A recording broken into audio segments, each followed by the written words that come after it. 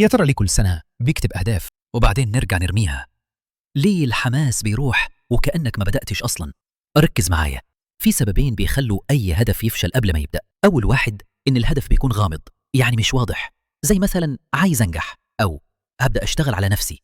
طب إزاي؟ إمتى؟ فين الخطة؟ والتاني إن الهدف بيكون مش واقعي، بتطلب من نفسك حاجة فوق طاقتك وفي وقت قليل، فدماغك بيرد عليك بلا يا معلم مستحيل.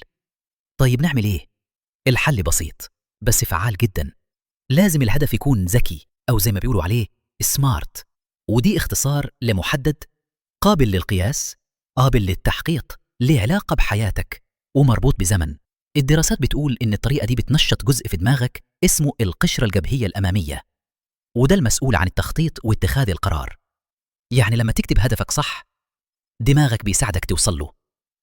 من النهاردة ما تكتبش أي هدف إلا لو كان سمارت، وساعتها هتشوف التغيير الحقيقي.